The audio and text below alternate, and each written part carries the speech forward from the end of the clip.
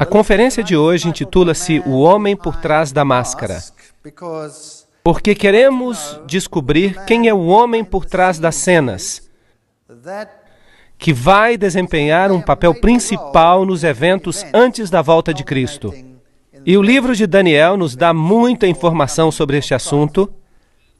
E, de fato, o livro de Daniel, como já dissemos, funciona como uma referência para o livro de Apocalipse. E a profecia que vamos estudar hoje é uma profecia que atua como uma chave para a interpretação do livro de Apocalipse. Novamente, eu gostaria de lembrar vocês do nosso pequeno dicionário de termos proféticos. Roupas brancas são justiça, som de trombetas é um símbolo de guerra, também de juízo, prostituição significa idolatria, ser infiel a Deus, água ou oceano equivale a nações, Apocalipse 17:5. A mulher, vocês vão se lembrar, é a igreja. Sião é o povo de Deus. E hoje vamos falar sobre chifres e reis e reinos. E vamos ver por nós mesmos essas definições. E também, é claro, a rocha, que é Jesus. Há muitos textos que indicam isso. Portanto, vejamos esta visão de Daniel. É uma das visões mais espetaculares da Bíblia. Ela é realmente espantosa. Na verdade, ela é quase amedrontadora. No primeiro ano do rei Belsazar de Babilônia, assim que esta visão ocorre quase que no final do período babilônico, teve Daniel um sonho. Portanto, não foi o rei que teve um sonho desta vez, mas Daniel. E, obviamente, ele vai nos dar mais detalhes do que o rei em sua visão prévia, a qual foi como que um ABC da profecia. Teve Daniel um sonho e visões na sua cabeça quando estava na sua cama e escreveu logo o sonho. Ele vai explicar, não temos que adivinhar nada sobre isso. Daniel 7, versos 2 e 3. Eu estava olhando na minha visão da noite e eis que os 4 ventos... O que era mesmo isso? Guerra, ventos do céu agitavam o mar grande. Então havia uma guerra entre as nações. E 4 animais grandes, ou seja, reinos, diferentes uns dos outros, subiram do mar. Eles eram diferentes uns dos outros. Daniel 7, versos 2 e 3. Assim, vamos apenas ter certeza que está tudo claro. Os símbolos proféticos da Bíblia, lembram-se?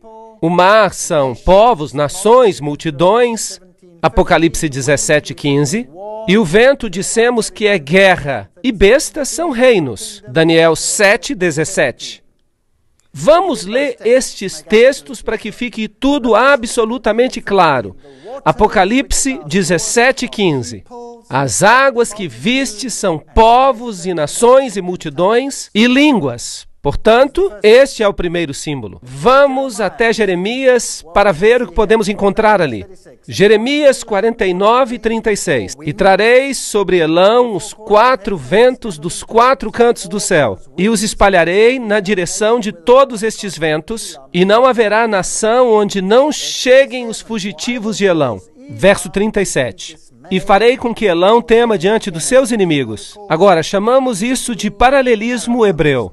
Algo é explicado de uma maneira e depois repetido de outra. E dessa forma os símbolos são explicados. Eles se explicam a si mesmos. Portanto, os 4 ventos, os que dispersam Elão, significa que Elão temerá diante dos seus inimigos. Haverá guerra. E diante dos que procuram a sua morte, farei vir sobre eles o mal, o furor da minha ira, diz o Senhor.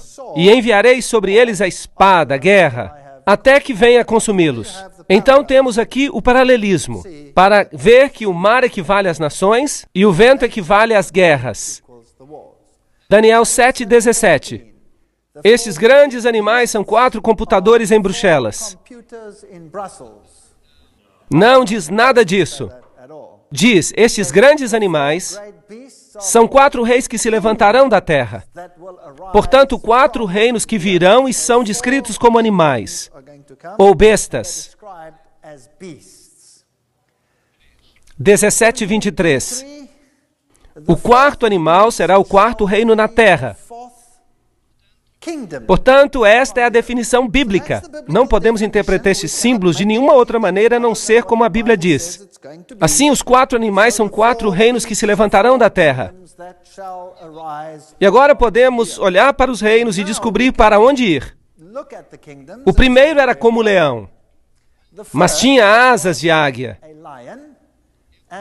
Enquanto eu olhava, foram-lhe arrancadas as asas, e foi levantado da terra, e foi posto em pé como homem, e foi-lhe dado um coração de homem. Daniel 7, verso 4. Agora, o primeiro reino que nós tínhamos em Daniel capítulo 2, a cabeça de ouro, Daniel a identificou como sendo Babilônia. A primeira besta que nós vemos aqui é o leão com asas de águia, que a propósito era o símbolo, um dos símbolos de Babilônia. E o que é fascinante aqui é que fizeram com que este animal ficasse em pé como um homem, e um coração de homem lhe foi dado. Este é um reino que exalta o lado humano acima de Deus. Esta é a apostasia máxima contra Deus, colocando o homem no lugar onde Deus deveria estar. E veremos, à medida que continuamos nesta série, que os eventos do fim também culminam com este mesmo assunto. O homem sendo colocado no lugar onde o divino deveria estar. Portanto, Bab-El, como eu já lhes disse, Babel, Bab é portal e El é Deus, portal de Deus, um outro caminho para Deus. Um outro caminho, outro além do caminho que foi prescrito e encontramos na Bíblia. Assim, aqui está este poder que se levantará e representa a Babilônia, em paralelo com a cabeça de ouro, 605 a 539 a.C. Vamos dar uma vista de olhos em relação ao simbolismo. Jeremias 4, verso 7. Já um leão subiu da sua ramada, e um destruidor dos gentios. Ele já partiu e saiu do teu lugar para fazer da tua terra uma desolação. O profeta está falando de Jerusalém, Israel, a fim de que as tuas cidades sejam destruídas e ninguém habite nelas. Este leão a que se refere ao reino de Nabucodonosor, Babilônia, que estava por vir, e Jeremias aplica o símbolo do leão à Babilônia. Portanto, o primeiro reino é Babilônia. Aqui está um símbolo que era usado em Babilônia. Você pode ver que o leão com asas de águia é parte desse simbolismo. Aqui está outro relevo. E aí, de novo, se pode ver o leão com asas de águia, símbolos de Babilônia. Assim que a arqueologia confirma que este era o símbolo que era usado, assim não precisamos nem adivinhar o que está acontecendo. A Bíblia nos dá um bom começo. Daniel capítulo 2 começou com Babilônia, e Daniel capítulo 7 começa com Babilônia. E eis aqui o segundo animal. Substitua isso por outra palavra, reino, semelhante a um urso que se levantou de um lado,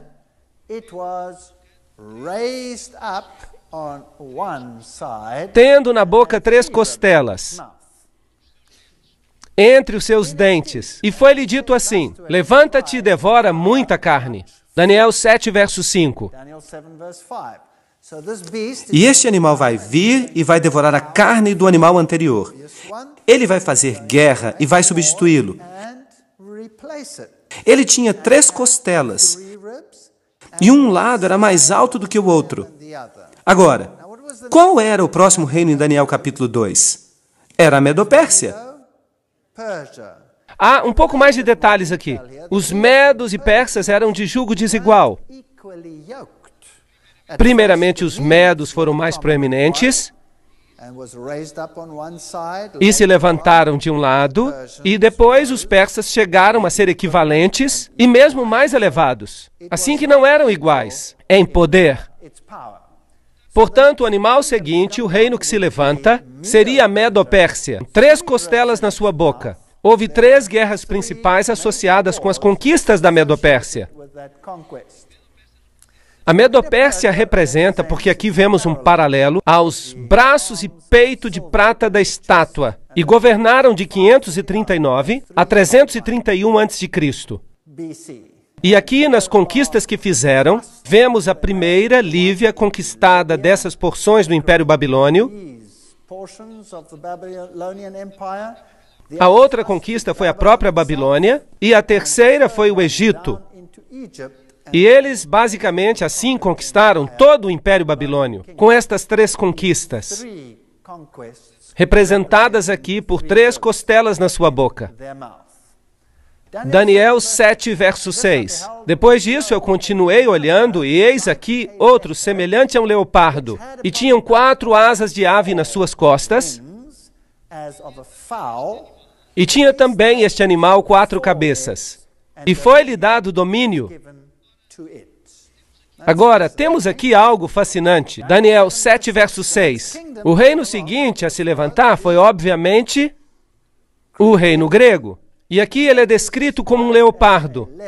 Lembram-se dos animais? Há um leão, um urso e agora um leopardo. E há 4 cabeças associadas a esta besta. Quantas cabeças na primeira besta? 1 cabeça. Quantas na segunda?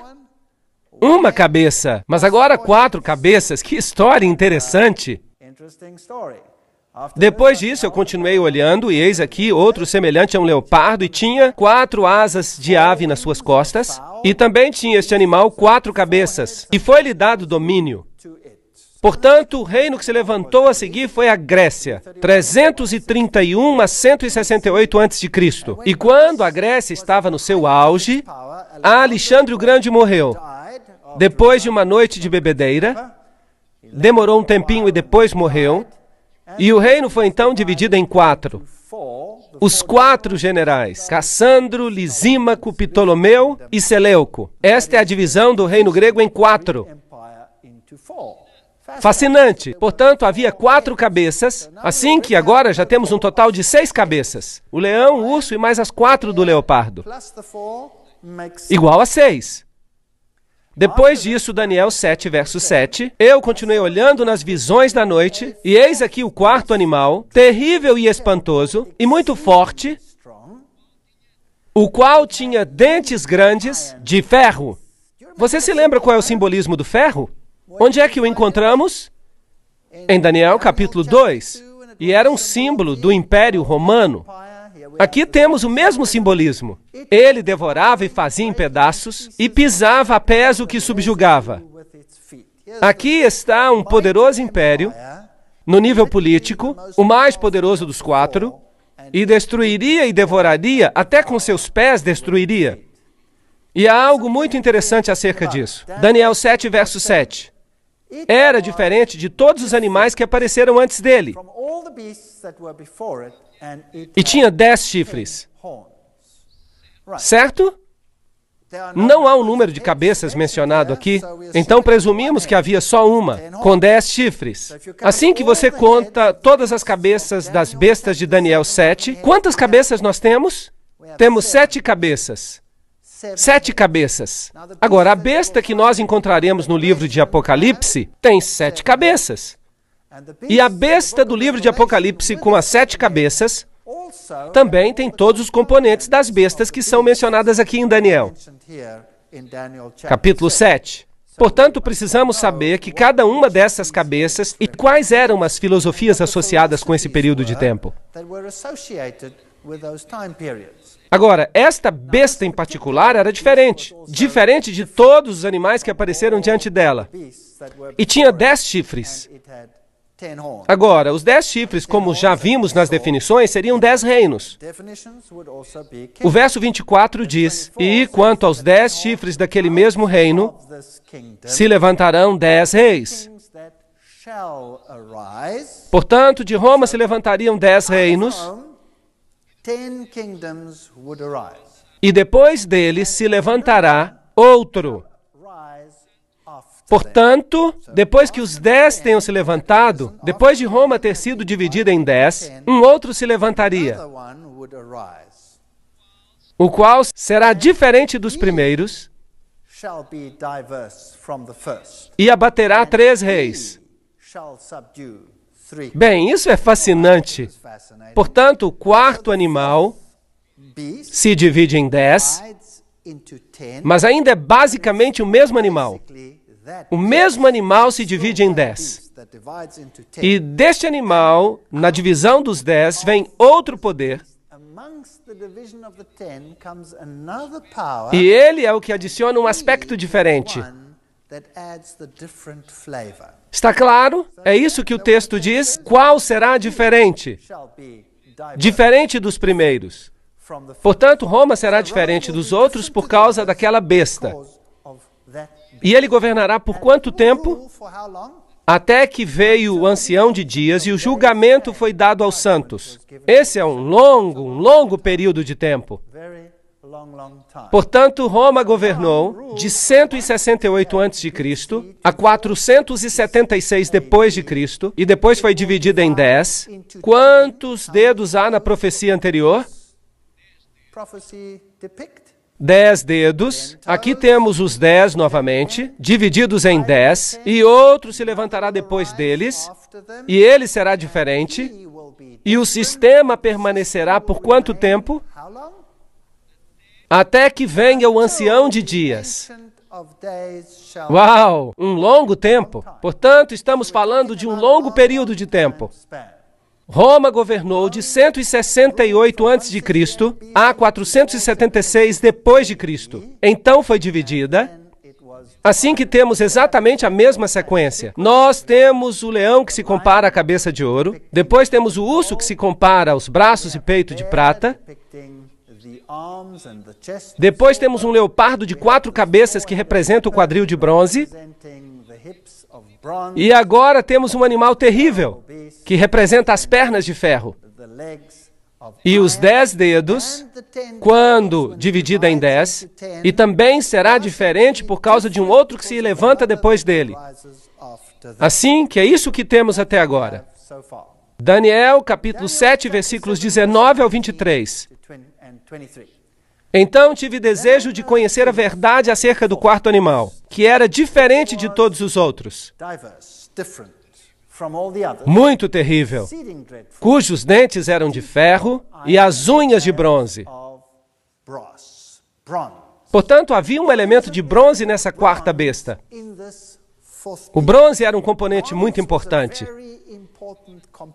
Ora, de fato, o Império Grego foi praticamente incorporado por Roma. A filosofia grega se tornou a base do Império Romano. E, de fato, quando Roma se dividiu nas duas pernas, uma era o Império Bizantino e a outra era o Império do Ocidente. E o Império foi governado por Constantinopla. E era onde a filosofia grega abundava. A filosofia grega era a filosofia do tempo. Portanto, ali está este elemento de bronze. As unhas de bronze.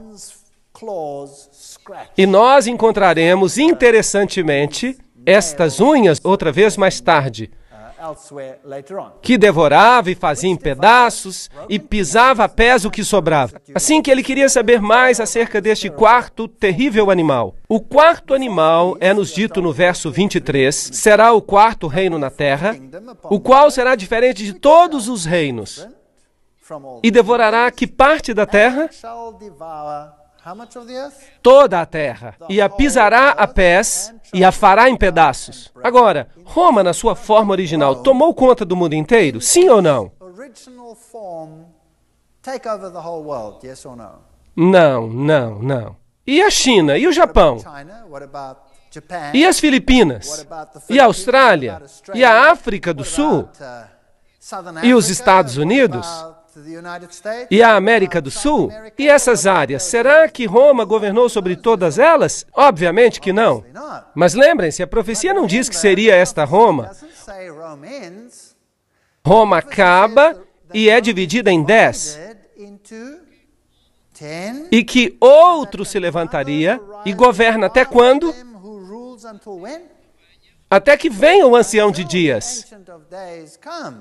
Assim que a profecia ainda hoje está de pé. Nesse contexto. Faz sentido?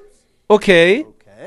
Isso é muito interessante. Portanto, aqui temos esse poderoso Império Romano. Isto é o que a Bíblia diz, que encontraríamos estes reinos e os 10 chifres se levantariam. 10 reinos. Os 10 dedos representam os 10 reinos. Desde o ano 476 até a segunda vinda de Cristo, esses poderes de alguma forma continuariam.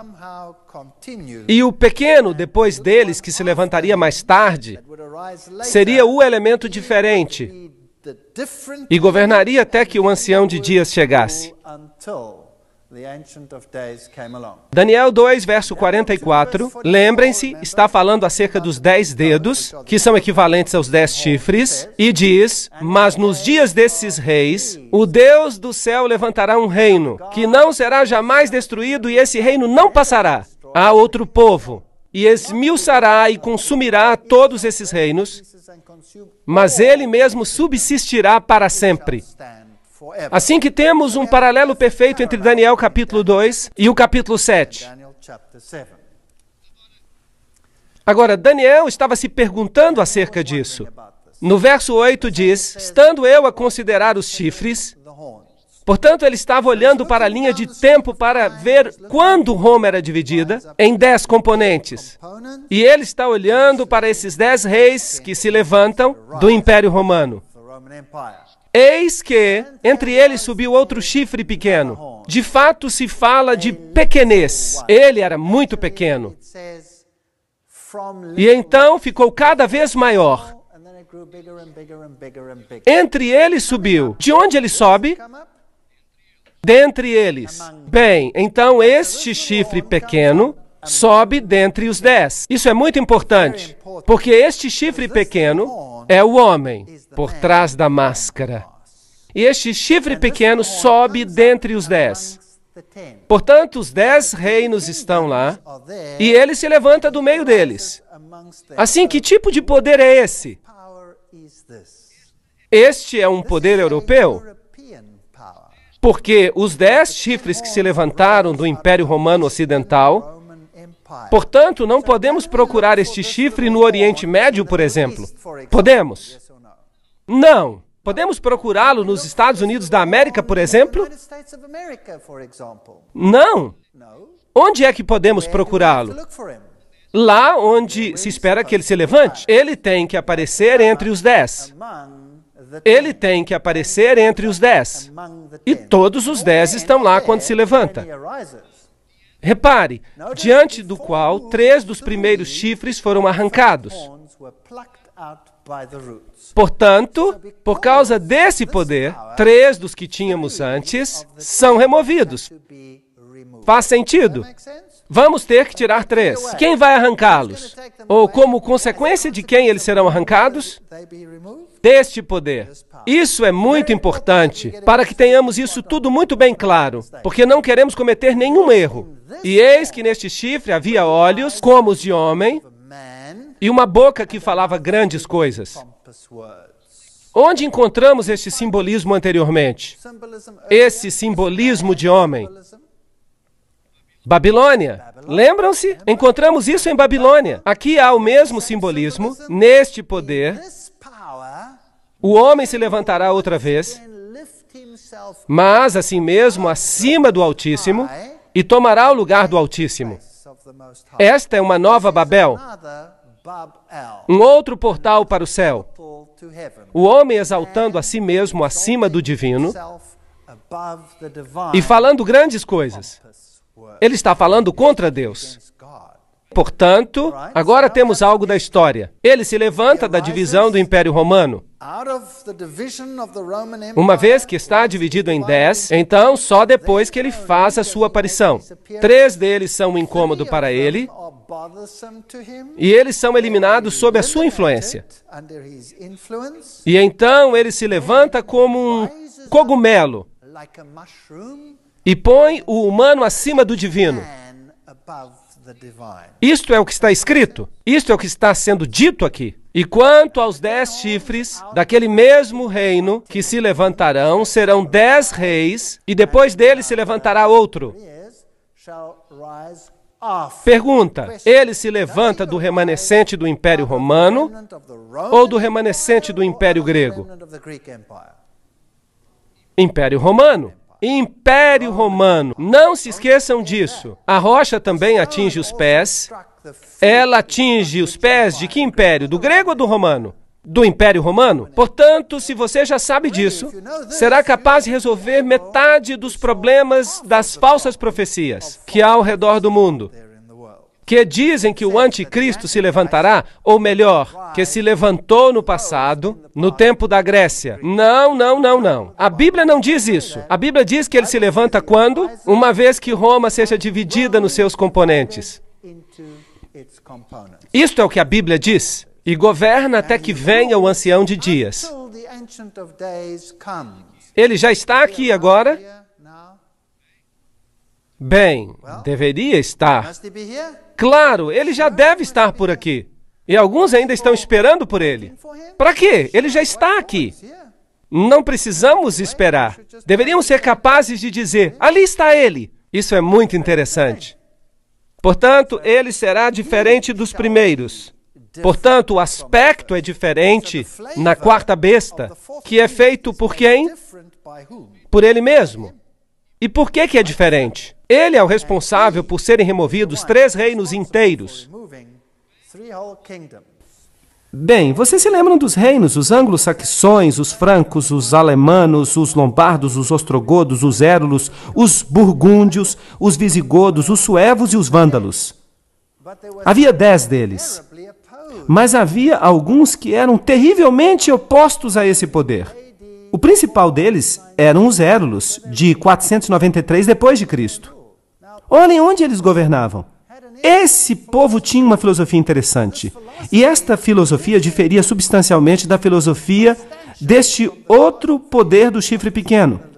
Agora, infelizmente, nós não temos documentos históricos sobre as crenças dos érulos. Nem tampouco temos quaisquer documentos sobre as crenças dos ostrogodos. O que nós temos é um pouquinho das crenças dos vândalos. Mesmo assim, com pouca documentação religiosa. Por que não temos isso? Porque tudo foi destruído. Então, toda a informação que nós temos é de segunda mão. Aparentemente, a história nos diz hoje que esses 3 poderes que foram removidos eram de profissão ariana. Em outras palavras, que eles ensinavam que Jesus não era Deus e, portanto, eles tiveram que ser removidos. Mas, de fato, não há nenhuma evidência disso em lugar algum. Trata-se de informação de segunda mão, provida pelo poder que os destruiu. O aspecto mais interessante é que aqueles que foram destruídos tinham um evangelho diferente. Um evangelho que era derivado da Palestina e que era um reflexo muito mais verdadeiro do evangelho bíblico do que qualquer outro.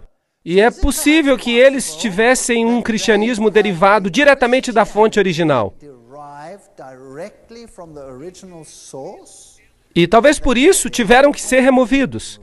É uma possibilidade bem plausível. Há bastante investigação que tem sido feita sobre isso.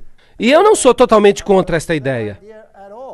Portanto, foram destruídos em 493 depois de Cristo. Agora, se esta quarta criatura, esse novo poder, se levanta do meio deles, então ele já deveria ter se levantado antes de 493. Os que vão ser eliminados a seguir são os vândalos, 534 depois de Cristo. Eles afligiram o Império Romano e os sujeitaram uma grande parte da sua cultura religiosa do mundo bizantino e romano. Eles os subjugaram ferozmente e, portanto, finalmente os vândalos foram destruídos pelos exércitos do Império Romano Oriental.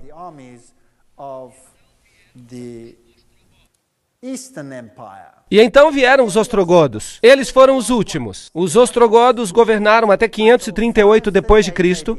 E eles ocuparam primeiramente esta área, e mais tarde ocuparam e conquistaram toda a capital do Império Romano Antigo e áreas circunvizinhas. E os ostrogodos também tinham um evangelho derivado da antiga Palestina. Portanto, eles tiveram que ser removidos. Eles eram tolerantes às outras religiões, mas eles eram um espinho na carne do poder do chifre pequeno. E finalmente eles foram destruídos com a ajuda, dentre outros, dos francos, por aqui mais ou menos, que fizeram uma aliança com os reis de Constantinopla, com os Césares. E, portanto, em 538 d.C., a oposição ao chifre pequeno desapareceu. E ele cresceu como um cogumelo. Portanto, os alemanos, os remanescentes dos 10, eles são os alemães hoje, os burgúndios, os suíços, os francos, os franceses, os lombardos, os italianos, os saxões, os ingleses, os suevos, os portugueses, os visigodos, os espanhóis, e os érulos, os vândalos e os ostrogodos foram eliminados. De fato, estes não foram os únicos contra os quais se fez guerra. Não. Os visigodos, por exemplo, sendo provavelmente muito relacionados aos ostrogodos, tinham sentimentos semelhantes. E houve muitas guerras combatidas e muita subjugação por aqui, antes que estes também se alinhassem com o pensamento do poder do chifre pequeno. Os maiores aliados do poder do chifre pequeno foram os francos, que são hoje os franceses. E os primeiros a adotar essa roupagem, um dos primeiros foi Clovis, e Clovis entrou para a história, mais do que qualquer outro, como o homem que ajudou o poder do chifre pequeno a chegar à sua realização. Daniel 7, verso 9. Eu continuei olhando até que foram postos uns tronos, e um ancião de dia se assentou, e a sua veste era branca como a neve, e o cabelo da sua cabeça como a pura lã. E o seu trono era de chamas de fogo, e as suas rodas de fogo ardente. Portanto, Daniel está observando os eventos aqui na Terra, em que tudo parece girar em torno do poder deste chifre pequeno, e ele vê a cena de um grande julgamento que acontece no céu. O verso 10 diz: assentou-se o juiz e se abriram os livros. Portanto, aqui havia uma cena de julgamento. E eu estava olhando nas minhas visões da noite, e eis que vinha nas nuvens do céu um como filho do homem. Este é um acrônimo para anjo. Vamos ver que isso nos vai ser explicado em outra conferência. E ele se dirigiu ao ancião de dias, e o fizeram chegar até ele. Verso 13. Portanto, esta não é a vinda de Cristo a esta terra. Esta é uma cena que acontece no céu, enquanto o chifre pequeno estabelece o seu domínio aqui na terra. Assim que o julgamento está pronto para sentar-se no reino celestial. E foi-lhe dado, isto é, ao Filho do Homem, o domínio e a honra e o reino, para que todos os povos, nações e línguas o servissem, e o seu domínio é um domínio eterno, que não passará, e o seu reino tal que não será destruído. Portanto, temos um contraste por aqui. Por um lado, temos um reino que vai ser estabelecido nesta terra, cuja sede e poder repousam sobre o chifre pequeno. E do outro lado, temos um julgamento que ocorre no lugar onde o poder será dado a Cristo. Portanto, temos dois poderes opostos.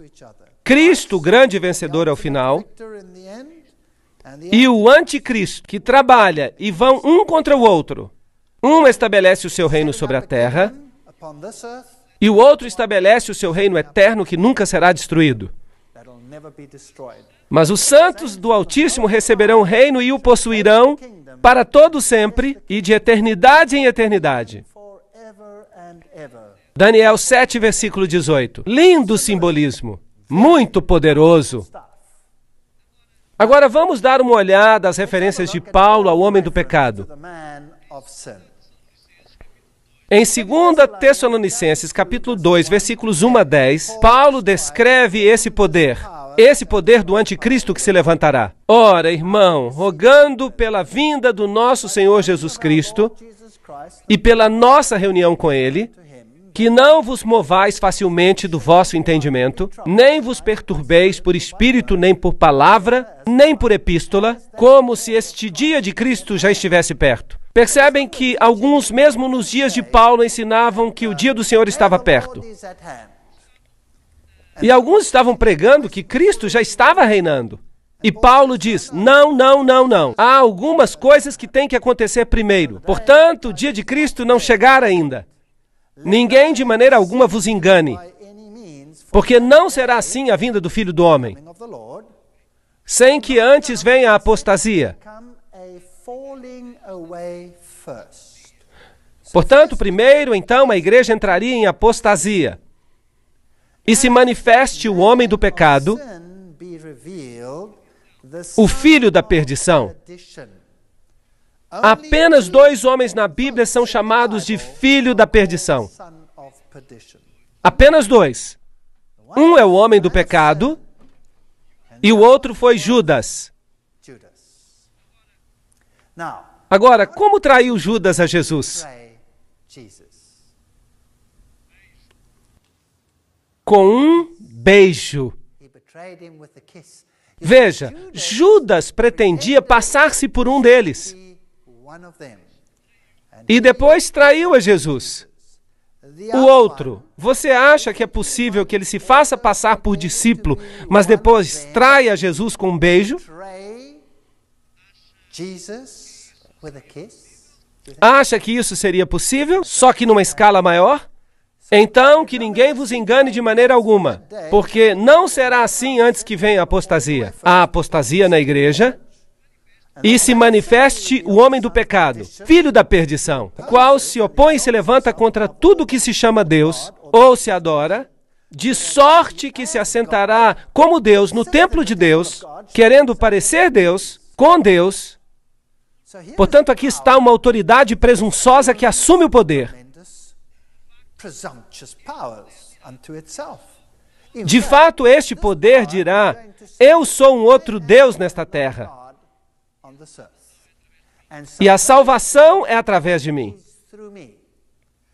Mas este poder será um poder sutil que trabalha tal como Judas trabalhou. Mas este é o espírito do anticristo, do qual já ouvistes que há de vir, e eis que já está no mundo. 1 de João, verso 3 do capítulo 4. Portanto, agora vamos pensar nisso. Se o espírito do anticristo já estava no mundo no tempo de João, e Paulo diz que virá a apostasia, então este homem do pecado será revelado. Então este homem do pecado tem estado conosco por todo este tempo. Portanto, já vimos que ele não pode ter vindo no Império Grego, porque ele se levanta do Quarto Império, e tampouco pode vir em algum momento do futuro de uma tribo da Palestina. Correto? Vocês estão de acordo comigo? Ok. Se isso está correto, então todo mundo cristão deve estar em um grande erro acerca deste assunto. Porque metade da cristandade acredita e ensina que o anticristo já veio e que o seu nome era Antíoco Epifânio IV e que ele era um rei grego. A Bíblia diz que ele se levanta do quarto animal. De fato, depois do declínio do quarto animal e a sua divisão em 10. E a outra metade da cristandade é ensinada que o anticristo virá no futuro, depois do arrebatamento.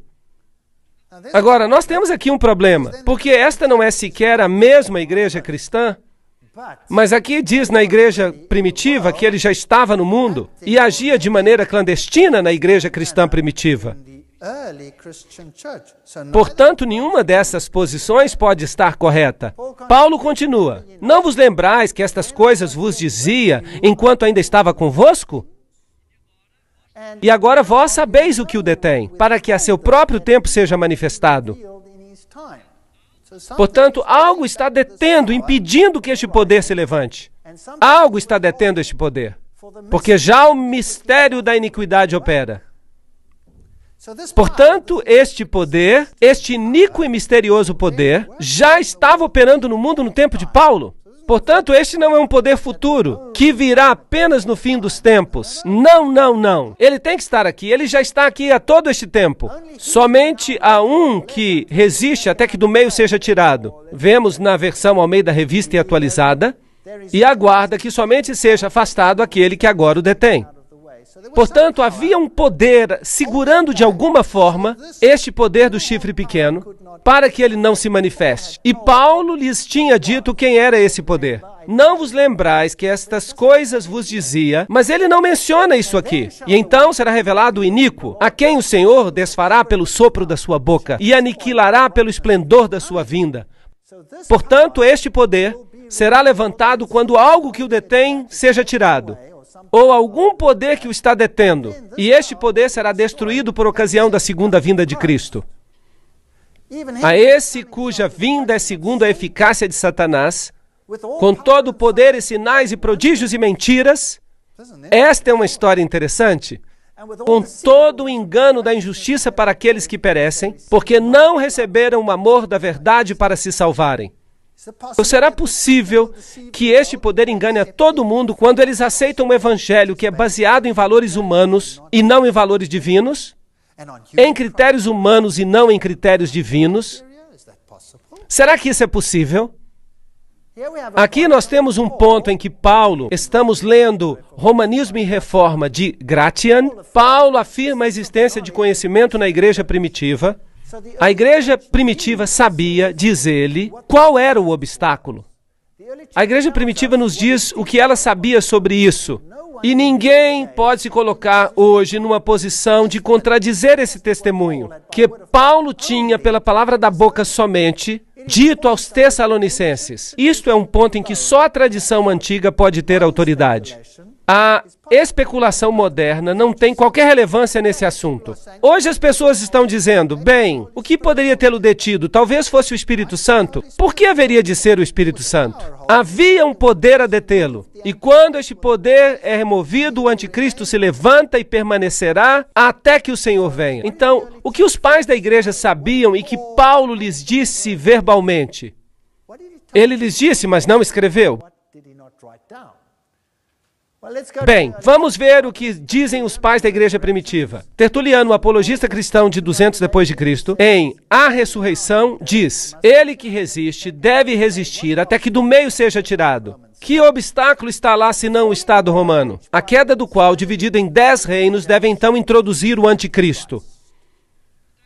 Portanto, isto era o que os pais da igreja cristã primitiva acreditavam, que quando Roma se for, então o anticristo será revelado. Será que isso é bíblico segundo Daniel capítulo 7? Absolutamente. Quando Roma se divide em 10, e quando o Estado romano desaparece, o anticristo será revelado. E isto é o que criam os pais da igreja cristã primitiva.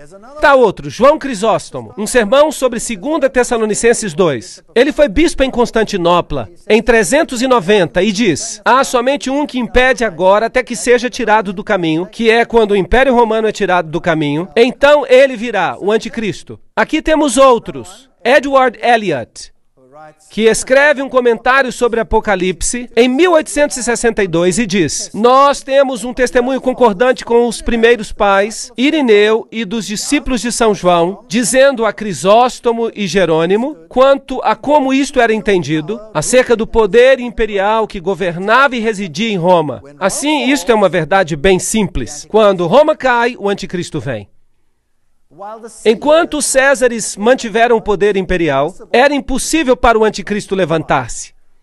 Na queda dos Césares, ele se levantou. Há uma outra fonte. Paulo não identificou o poder repressor porque ele sabia que era Roma e evitou as represálias. Lembrem-se que a igreja cristã estava sendo perseguida por Roma. Uma outra citação. Portanto, Paulo não diz: quando Roma cair, ele virá. Porque se ele tivesse dito isso publicamente, ou escrito, quando Roma cair, ele virá, ele teria entrado num grande problema e a igreja seria perseguida. Portanto, a igreja primitiva acreditava que quando Roma caísse, o anticristo se levantaria. Daniel 7 diz: ele se levantará quando Roma for dividida em 10. Então ele se levantará. Portanto, este é o critério bíblico acerca de quando o anticristo começa a governar.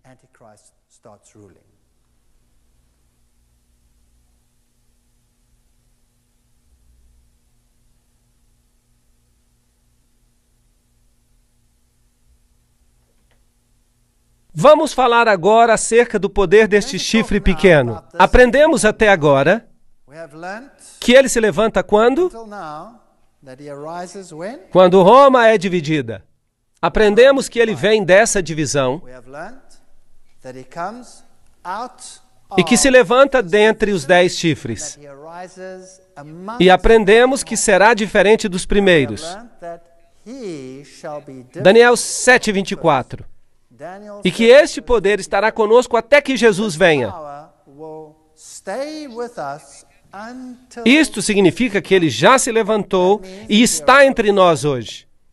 Vamos dar uma olhada nos atributos que Daniel diz que o chifre pequeno terá. Primeiro, ele se levanta da quarta besta. Daniel 7, 7 e 8. Estão todos de acordo com isto? Ele se levanta de Roma. E é de lá que se levanta. Ele é um poder romano. Número 2. Ele se levanta do meio dos 10 chifres. Estando eu a considerar os 10 chifres, eis que do meio deles surgiu um chifre pequeno. Portanto, ele tem que surgir do Império Romano Ocidental. Ele é um poder europeu. Não é nenhum outro poder desta terra. Ele se levanta depois dos 10 chifres.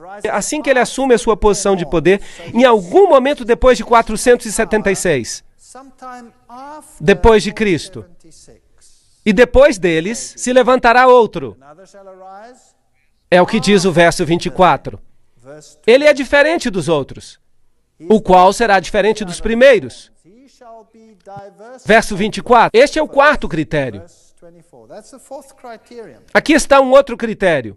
Ele se torna mais robusto do que os outros, mais robusto do que os seus companheiros. Verso 20. Aqui está um poder que se torna mais grandioso do que qualquer outro reino.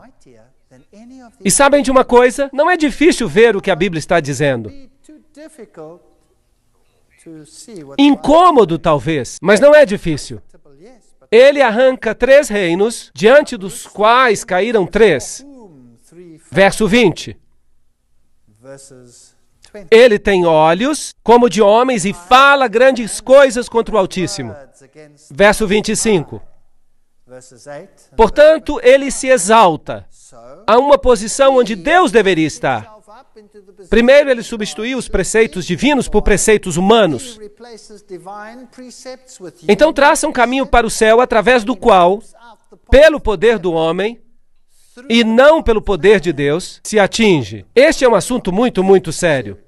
E ele fala grandes coisas contra o Altíssimo. Vamos ter que dar uma olhada nisto também. E depois ele fará guerra contra os santos. Destruirá os santos. Verso 25. Portanto, este poder deve ter sido um poder perseguidor, que lutavam contra aqueles que diziam que a salvação é através do poder de Deus, unicamente. E então, um outro critério. Ele mudará tempos e leis. Verso 25. Cuidará em mudar os tempos e a lei. Isto é fascinante. Agora, que tempos e leis você acha que Deus estaria preocupado em ver mudados? Deus estaria preocupado com as pequenas e tolas leis humanas? Não. Ele deve estar preocupado com uma modificação da lei divina. E os tempos que deveriam ser mudados seriam tempos que Deus estabeleceu. Por exemplo, Deus estabeleceu o tempo porque foi tarde de manhã o primeiro dia, foi tarde de manhã o segundo dia. De uma tarde a outra, eram medidos os dias anteriormente. Então havia festas e festivais e tempos que foram estabelecidos. Será que esse poder mudou tudo isto? Fascinante. Este é o 9º critério dado no livro de Daniel. Daniel é muito preciso. E ele governará e serão entregues em suas mãos por um tempo, tempos e metade de um tempo. Tempo, tempos e metade de um tempo. 3 anos e meio profético. Vamos falar sobre isso. Fascinante. O verso 25. E devorará toda a terra. O quarto animal, o qual será diferente, devorará toda a terra. A sua característica diferente devorará toda a terra. E a pisará a pés e a fará em pedaços. Será que isso inclui os Estados Unidos? Aham. Que neste momento possa haver alguém controlando os Estados Unidos? Os poderosos Estados Unidos? Que dizer da poderosa Rússia?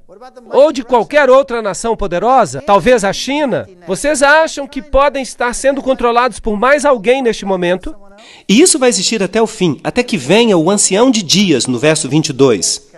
Agora, eu não estou inventando essas coisas, isso está no livro de Daniel. Vocês podem pegar o livro de Daniel e lerem vocês mesmos. Agora, o critério final. O seu reino será tirado no fim dos tempos. E o juízo será estabelecido e eles tirarão o seu domínio para o destruir e para o desfazer até o fim. A Bíblia diz que ele será destruído pelo esplendor da vinda do Filho do Senhor. Portanto, nenhum poder terrestre tirará o seu poder. O próprio Deus vai intervir. 13 critérios. Há apenas um poder no mundo inteiro que historicamente e de qualquer outra forma se possa qualificar. É uma situação bem lamentável. Agora, eu não quero entristecer ou enfurecer a ninguém aqui, e eu não quero ferir os sentimentos de ninguém. Mas o fato é que este poder é tão claramente identificado que até eu mesmo, que fazia parte desse poder, tive que renunciar a ele e deixá-lo. Eu também fui afetado. Eu fiquei muito chocado e estive, de fato, até fisicamente doente quando eu descobri isto. Portanto, quem é ele? Ele se levanta do quarto animal, ele se levanta entre os 10 chifres, depois dos 10 chifres, e é diferente dos outros. Quando a última onda das invasões bárbaras havia perdido as suas forças, a face da Europa tinha sido transformada, reinos germânicos e independentes tinham sido estabelecidos das ruínas do Império Romano. História da Igreja, página 175. Sobre as antigas ruínas do Império Romano se levantou uma nova ordem de Estado, cujo ponto central era a sede papal. Por isso, inevitavelmente resultou numa posição não somente nova, como também muito diferente da anterior. A Igreja e as Igrejas, páginas 42 e 43. Esta é uma fonte católica romana, dizendo que aqui estavam numa situação diferente da anterior. Há duas teorias sobre o anticristo no mundo hoje, que são ensinadas por todas as igrejas do mundo. Quase. Uma é a de Rivera e outra é a de Alcázar. Agora, o que essas teorias ensinam? Elas ensinam preterismo e futurismo. O preterismo ensina que o anticristo veio no passado, no tempo dos gregos, e o futurismo ensina que ele virá no futuro, depois da igreja cristã ter sido arrebatada. E nenhuma das duas doutrinas é bíblica, porque as duas violam Daniel capítulo 7, Daniel capítulo 8 e todo o livro de Apocalipse. Elas violam cada pequeno princípio bíblico, todas elas. E quem era Rivera e quem era Alcázar? Bem, os dois eram jesuítas.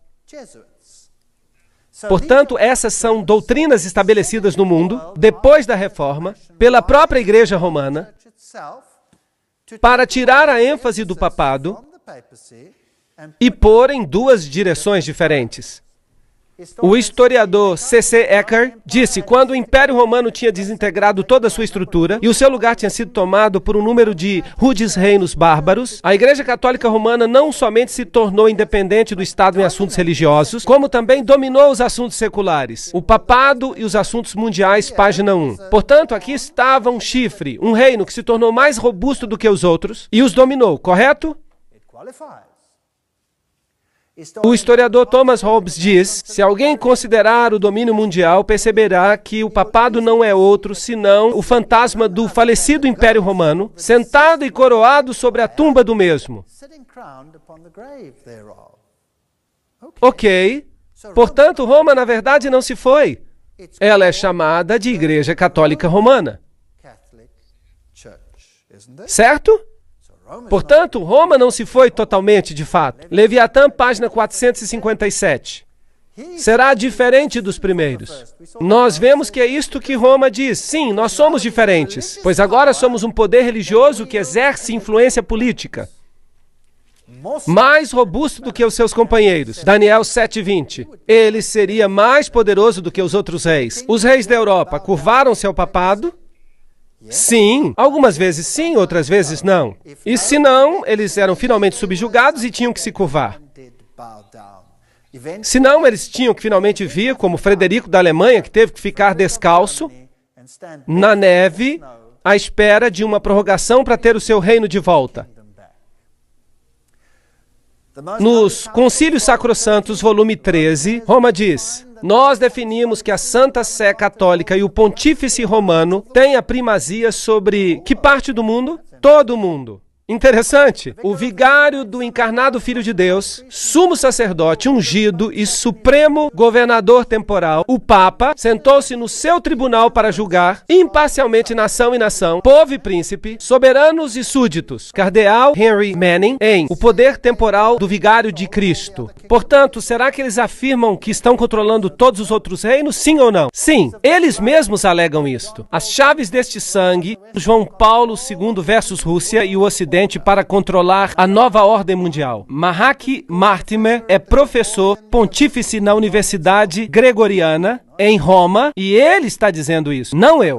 Arrancou 3 reinos, então tive o desejo de conhecer a verdade sobre o quarto animal que era diferente de todos os outros. E também a respeito dos 10 chifres que tinha na cabeça, e do outro que subiu, e diante do qual caíram 3. Daniel 7, 19 e 20. Sim, Roma alega que os 3 foram arrancados porque eram arianos, que eles não acreditavam que Cristo fosse Deus, que é um dos ensinamentos de Roma.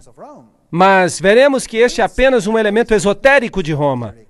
Que há outro ensinamento de Roma que é chamado de esotérico, que é um ensinamento ocultista e que diz algo completamente diferente. Mas isso será o tema de outra conferência. Ele tinha olhos como de homem e falava grandes palavras contra o Altíssimo. Aqui temos um sistema que se coloca acima de Deus e que fala contra o Altíssimo e destrói os santos. E foi-lhe dada uma boca para proferir grandes coisas e blasfêmias, diz Apocalipse 13:5. E o que é uma blasfêmia? E foi-lhe permitido fazer guerra aos santos e vencê-los. Será que a igreja romana fez isto? Absolutamente. Daniel 7:25. E proferirá palavras contra o Altíssimo, e destruirá os santos do Altíssimo, e cuidará em mudar os tempos e a lei. E é claro, não se pode mudar a lei de Deus, isso é apenas o que ele pensa poder fazer. E eles serão entregues na sua mão por um tempo, tempos e metade de um tempo. Vamos ter que ver isso em detalhes. Vejamos primeiro a definição bíblica de blasfêmia. E veremos se Roma cumpre os requisitos. Bem, nós encontramos em João capítulo 10, verso 30 a 33, eu e o Pai somos um. Disse Jesus. Jesus diz que é Deus. E os judeus responderam dizendo, não te apedrejamos por alguma obra boa, mas pela blasfêmia, porque sendo tu homem, te fazes Deus a ti mesmo. Portanto, uma definição de blasfêmia na Bíblia é quando alguém diz que é Deus. Bem, há muitas pessoas que blasfemam no mundo hoje em dia, mas esta é a primeira definição. Outra definição encontramos em Lucas, que diz, vendo ele a fé dele, disse, homem, os teus pecados te são perdoados. E os escribas e fariseus começaram a arrazoar, dizendo, quem é este que diz blasfêmias? Quem pode perdoar pecados, senão só Deus? Portanto, assim, existem 2 definições bíblicas de blasfêmia. Uma quando alguém diz que é Deus, e a outra se você diz que pode perdoar pecados. Bem, o que diz Roma? Aqui temos o artigo da Enciclopédia Católica, volume 12, acerca do Papa que diz, esta autoridade judicial incluirá mesmo o poder para perdoar pecados. Portanto, Roma diz que pode perdoar pecados. O sacerdote católico, página 78, diz, busque onde você desejar, no céu e na terra, e você encontrará um ser criado que pode perdoar pecados, que pode libertá-lo das cadeias do inferno. Este ser extraordinário é o Padre católico. Interessante. Tu és um sacerdote para sempre, diz o bispo ordenado. Ele já não é um homem pecaminoso, filho de Adão. mas um alter Christus, um outro Cristo, no lugar de Cristo. No lugar de, em grego, é anticristos, anticristo. No lugar de Cristo, para sempre um sacerdote do Santíssimo, com poder acima do poder do Todo-Poderoso. Agora, isto é pesado, dizer que você tem mais poder do que Deus. O Papa não é somente o representante de Jesus Cristo, mas ele é o próprio Jesus Cristo, ocultado sob o véu da carne. O Nacional Católico, julho de 1985. Portanto, Roma sempre alegou estar na posição de Deus. Então, o próprio Deus tem que se sujeitar ao julgamento dos padres católicos, tendo que absolver ou condenar, segundo os padres católicos perdoam ou não. A sentença do sacerdote precede e Deus endossa. Dignidade e Dever dos Padres, volume 12, página 297. Portanto, a Igreja Católica diz que quem está salvo e quem está perdido é definido por eles e Deus não tem escolha. E se eles dizem que não, Deus não pode dizer que sim. Portanto, quem é mais poderoso? Eles são. Será que isso é blasfêmia? Sim ou não? Isto é uma blasfêmia da mais alta ordem. O cardeal Bellarmino diz que todos os nomes que são aplicados a Cristo, pela virtude do qual se diz que ele está estabelecido acima da Igreja, todos esses mesmos nomes são aplicados ao Papa. Isto significa que ele assume o lugar de Deus. Portanto, ele cumpre este requisito. Dado em Roma, de nosso palácio, 10 de fevereiro de 1817, a 14ª jurisdição do Santíssimo Pontífice, Pai em Cristo e nosso Senhor Deus, Papa Leão XII. Portanto, o Papa tem se coroado a si mesmo como Deus. Nós temos sobre esta terra lugar do Deus Todo-Poderoso. Grandes cartas e encíclicas do Papa Leão. Vocês sabiam que hoje, quando o Papa escreve uma encíclica, sempre assina, o Papa João Paulo II, por exemplo, fazia isso, dado por nós em letras maiúsculas, em nosso, letra maiúscula, pontificado. Interessante, porque Deus disse, façamos o homem à nossa imagem, em maiúscula. Portanto, o Papa toma a prerrogativa e até os dias de hoje, ele alega ser e ter o poder de Deus. Assim que Roma cumpre este requisito, o Sacrosanto Concílio, nós decidimos que a Santa Sé Apostólica e Pontífice Romana detém a primazia sobre o mundo inteiro. Agora, esse poder tomaria finalmente o controle do mundo inteiro. Será que Roma controla mesmo o mundo inteiro? Você realmente acredita nisso? Você acha que isso é possível? Bem, vamos ter uma próxima conferência sobre as sociedades secretas. Eu não a perderia se fosse você.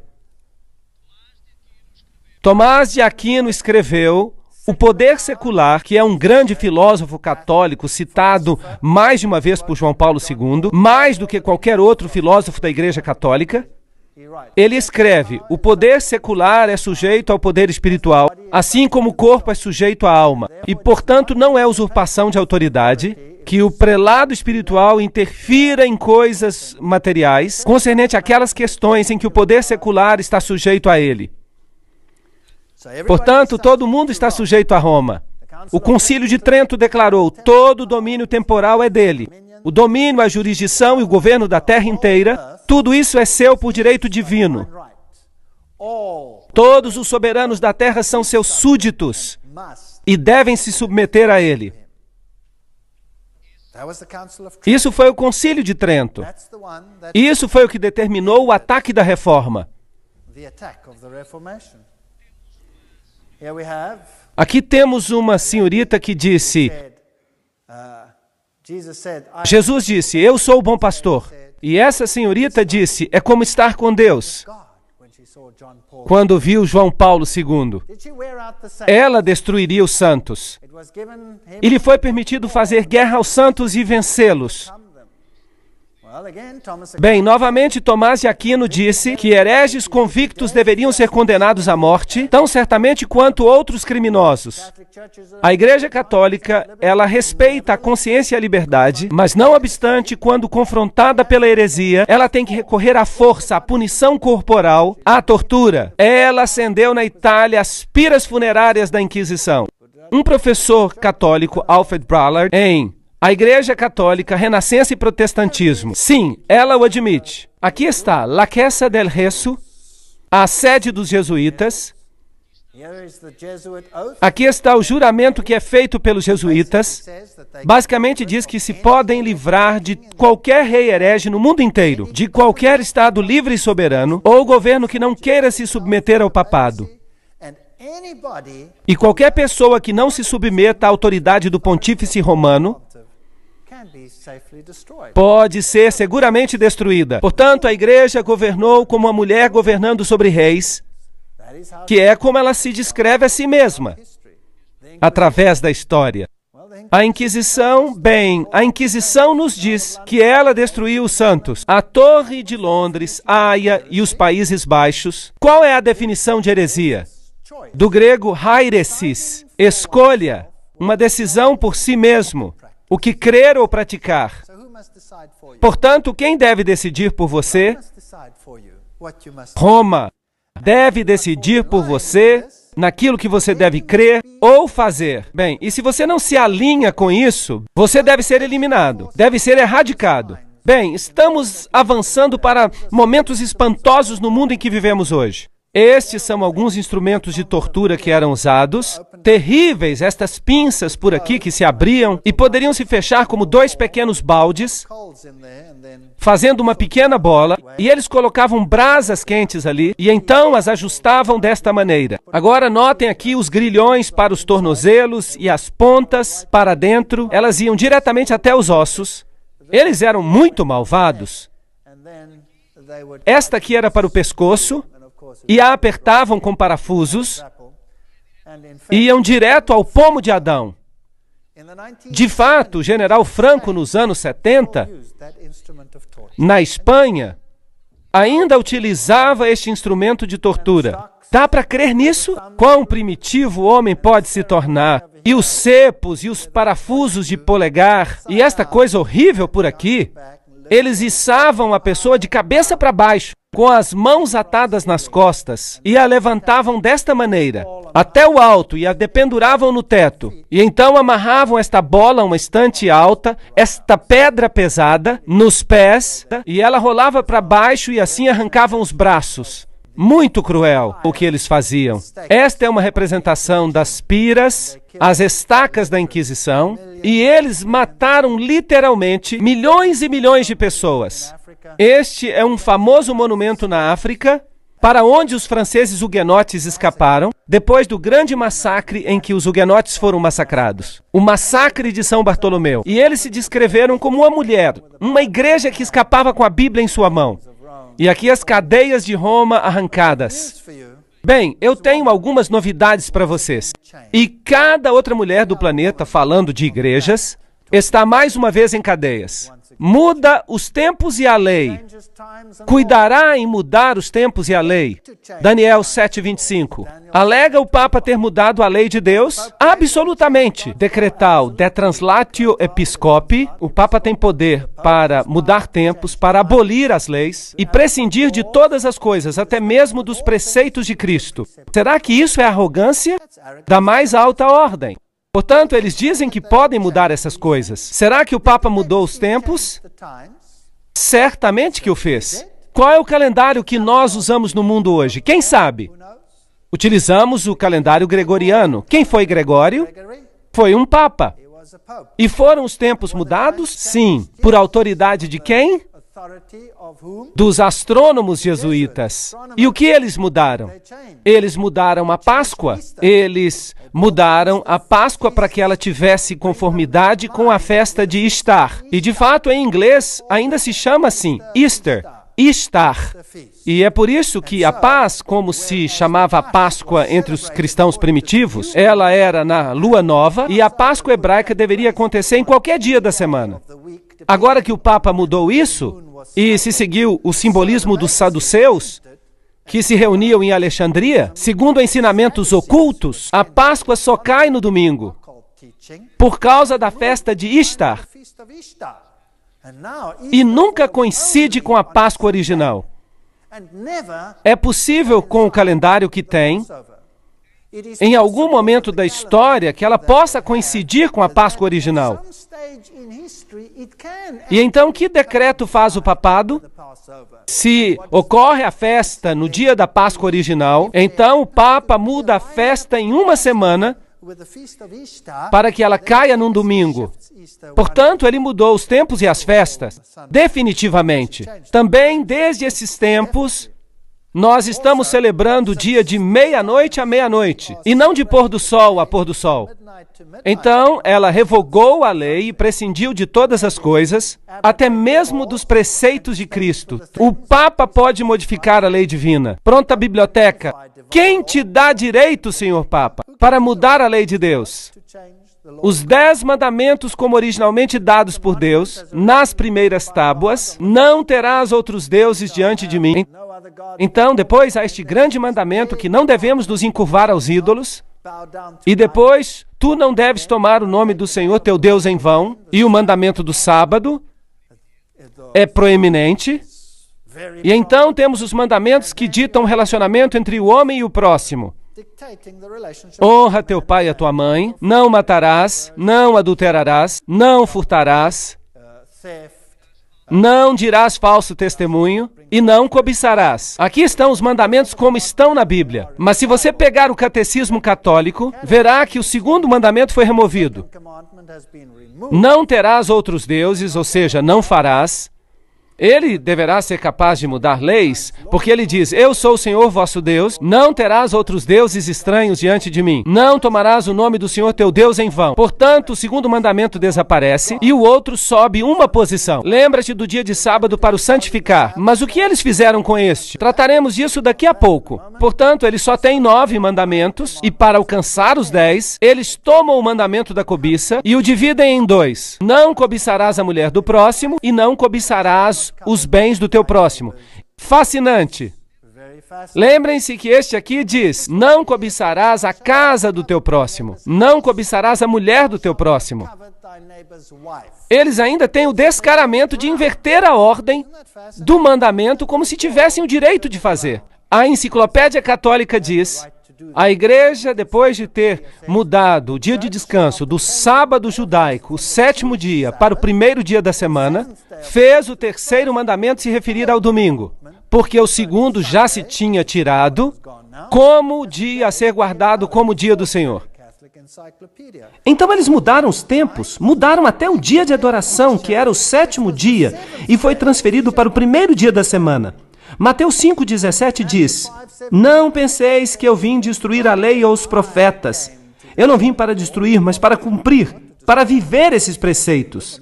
Aqui está o Catequismo do Converso, da Doutrina Católica, página 50. Ele diz, pergunta, qual é o 7º dia? Resposta, o sábado é o 7º dia. A Igreja Católica está bem ciente disso, todos eles sabem. Pergunta, por que nós observamos o domingo em vez do sábado? Resposta, nós observamos o domingo em vez do sábado porque a Igreja Católica, no Concílio de Laodiceia, transferiu a solenidade do sábado para o domingo. Assim, ela mudou os tempos e as leis. Sim ou não? Sim, ela mudou. Tempos, tempo e metade de um tempo. A que isso se refere? Os santos seriam entregues em suas mãos por um tempo, tempos e metade de um tempo. Se você tem uma Bíblia moderna, ela dirá 3 anos e meio. Agora, um ano profético é diferente de um ano literal. Um ano em sentido profético tinha 360 dias, porque o ano hebraico tinha 360 dias.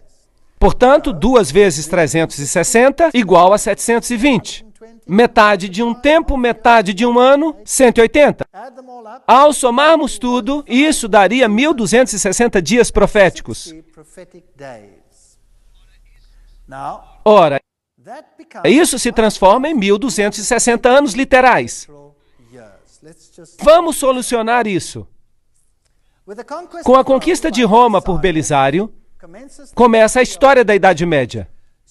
Portanto, quando Roma foi conquistada e os ostrogodos foram removidos, a história da Idade Média começou. Philip Schaeffer diz, Virgílio ascendeu ao trono papal em 538 depois de Cristo, sob a proteção militar de Belisário. Portanto, do poder do chifre pequeno assumiu a sua autoridade em 538 depois de Cristo, porque o último dos chifres, ou dos reinados que impediam o seu avanço, eles foram os ostrogodos. E eles foram removidos em 538 depois de Cristo. E Virgílio sobe ao assento papal. Assim, o domínio de Roma começa. E depois dele se levantará outro. Os 10 reinos estabelecidos em 476 depois de Cristo. Depois deles, em 538 depois de Cristo, o reinado papal começa de acordo com um decreto feito por Justiniano, que diz que o Papa seria o corretor dos hereges e o governador de todas as igrejas. Ora, em 538, se você adicionar a este número 1260, chega-se a 1798. E o que aconteceu em 1798? Berthier entrou em Roma, 10 de fevereiro de 1798, e proclamou a República. Metade da Europa pensou que o veto de Napoleão seria obedecido e que, com o Papa, o papado morreria. Portanto, exatamente de acordo com o tempo profético, a Bíblia nos diz,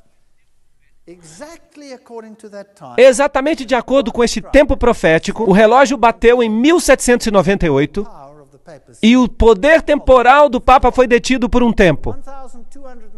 Portanto, a profecia de tempo dos 1260 anos, 476 depois de Cristo, os 10 reinos são estabelecidos.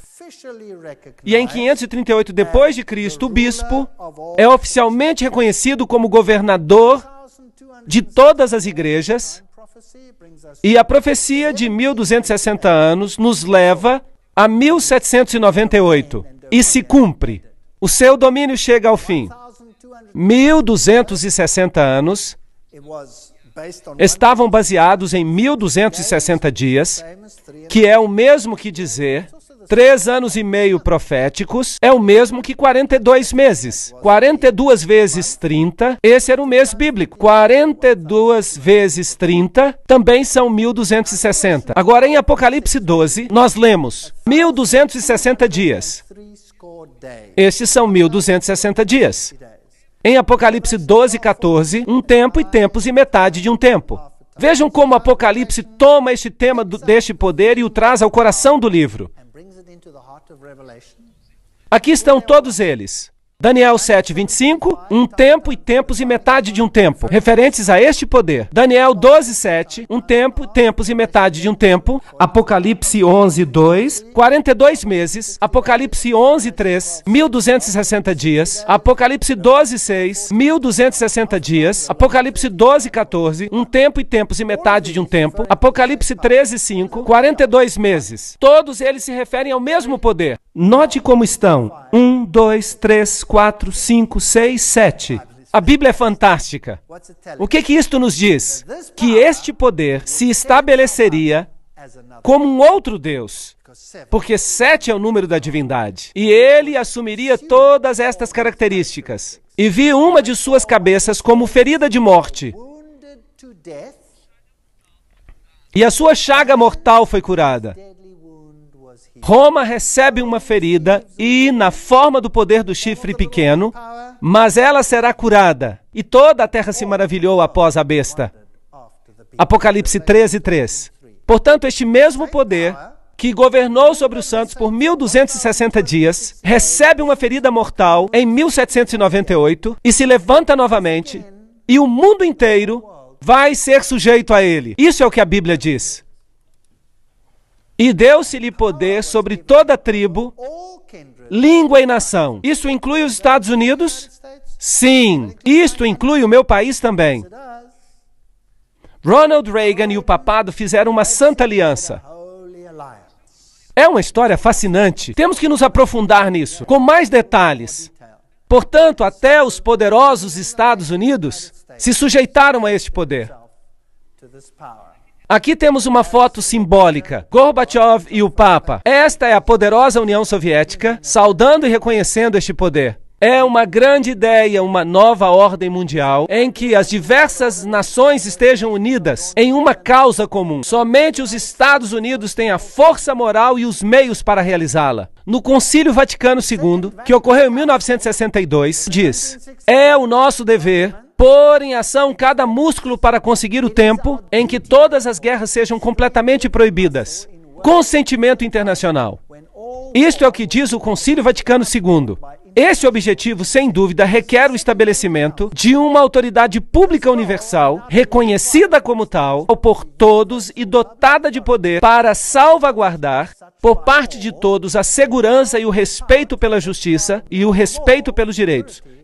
O Papa Paulo VI escreveu, em uma sessão intitulada Para a Efetiva Autoridade Mundial, esta colaboração internacional em uma escala mundial requer instituições que prepararão e corrigirão e até finalmente estabelecerão uma ordem de justiça que seja universalmente reconhecida. Quem não vê a necessidade de estabelecer progressivamente uma autoridade mundial capaz de agir efetivamente em setores judiciais e políticos? Fascinante. E quem foi coroado governador de todo o mundo? Esse mesmo homem. Fascinante. João Paulo Superestrela. Maastricht. A Europa unida.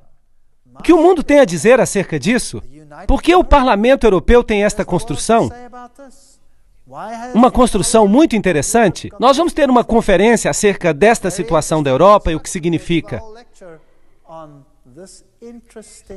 E o que diz George W. Bush acerca deste poder? Em 25 de março ele disse: a melhor forma de honrar o Papa João Paulo II, verdadeiramente um dos grandes homens, é levar os seus ensinamentos a sério, é ouvir as suas palavras e colocar os seus ensinamentos em prática aqui na América. Este é um desafio que todos devemos aceitar. Portanto, quem está sujeito a quem aqui? Quem está sujeito a quem? Em 1991, o Papa fez um chamado para a nova ordem mundial. E foi sobre o que o seu discurso de Ano Novo? Ele teve apenas uma mensagem. Ele disse: é tempo de estabelecer uma autoridade mundial. Agora mesmo. Esse foi o seu pedido. Ele visitou as Nações Unidas e falou em nome de todas as religiões do mundo. Note agora que isso inclui o budismo, o hinduísmo, o shintoísmo, o zoroastrismo, o protestantismo, o catolicismo e todos os demais. Será que existe uma agenda? E Gorbachev disse: nós devemos ajudar João Paulo II, porque ele está certo em seu pedido por uma nova ordem mundial. Disse Gorbachev, quando o Papa falou nas Nações Unidas, na celebração dos 50 anos. Bem, você acha que seria possível que Roma seja esse poder? Que o Vaticano possa ser este poder? Mas, sem dúvida, o Vaticano parece ser um poder cristão nobre, tentando estabelecer valores corretos no mundo. Não parece isso? Lembram-se que a Bíblia diz acerca do homem do pecado? Judas parecia ser um dos discípulos, mas ele traiu a Jesus com um beijo.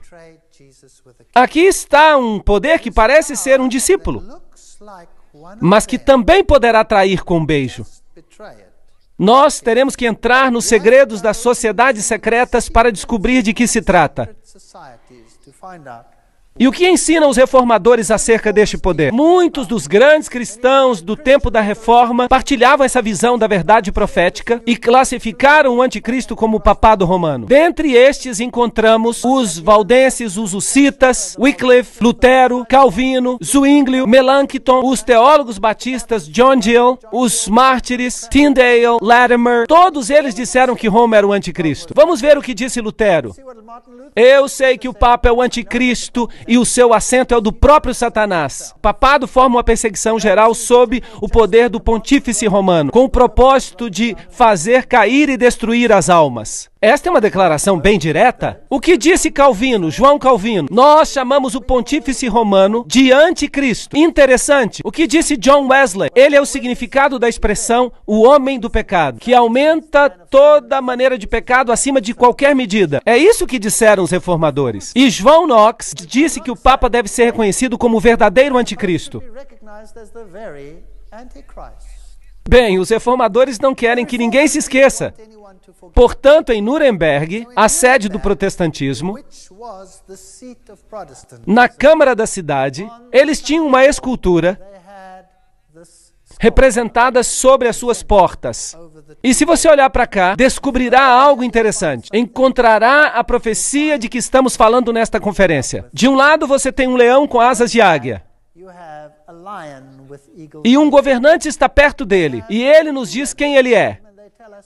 Ele é Nabucodonosor. Portanto, quem é que os reformadores dizem que o leão com asas de águia representa? Babilônia. Se formos ao outro lado, vamos ver um urso com as 3 costelas na boca. E eles puseram um rei junto dele. E esse poderoso rei, eles dizem quem ele representa. Quem era? Era Ciro, o Grande. Portanto, eles estão dizendo que eram os medos e persas. Os reformadores não tinham rodeios de palavras. Eles disseram tudo e colocaram em pedra. Se você for ao outro lado, verá a outra porta e é assim que ela nos aparece. Vamos ver um pouco mais de perto. Há uma besta, um leopardo com 4 cabeças. E quem é que eles colocaram ao lado? Alexandre o Grande. Portanto, eles a identificaram com a Grécia.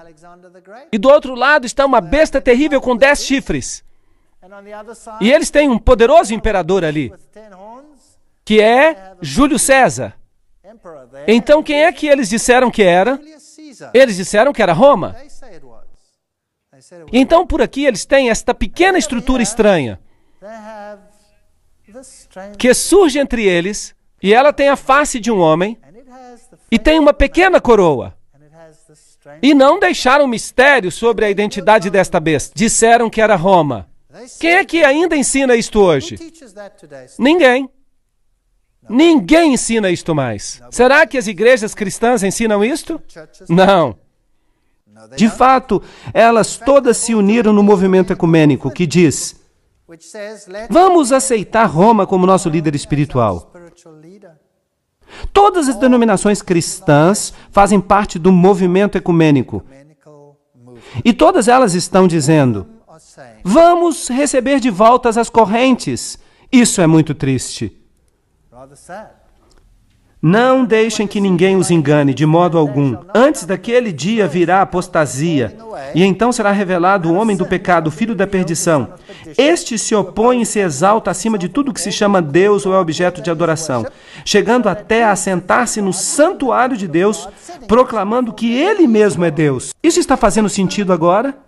Certamente que sim. Se fosse possível, eles enganariam os próprios eleitos. A fantasia de cristianismo é tão perfeita que nós não percebemos o âmago do ocultismo por trás dela. Quem está de fato em controle aqui? Quem está por trás do que está acontecendo? Que poder é exercitado em Roma? Quem é o Papa Negro? Quem é Peter Hans Kulvenbach no momento? Quem é ele? Qual é o seu papel no mundo? Você gostaria de saber? Então vejamos.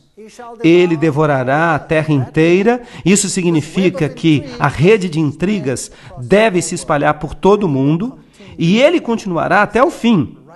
Ele já está aqui agora, mas o seu domínio será tirado no tempo do fim.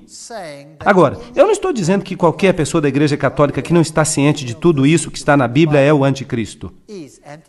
Eu estou falando de um sistema aqui. Há um sistema. Há muitos bons católicos na Igreja de Roma que adoram a Deus de acordo com o melhor do seu conhecimento e de acordo com a consciência que têm. E Deus, então, considera o conhecimento que eles têm e os julga de acordo com o conhecimento que têm. Eu estou falando de um sistema que enganou mesmo seus próprios membros e que se coloca agora acima de Deus.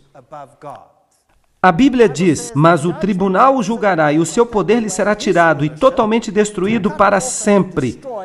Então a soberania, o poder e a grandeza dos reinos que há debaixo do céu serão entregues nas mãos dos santos, pois o Filho do Homem vai vir na glória do seu Pai com os seus anjos, e ele então recompensará a cada um de acordo com o que tiver feito.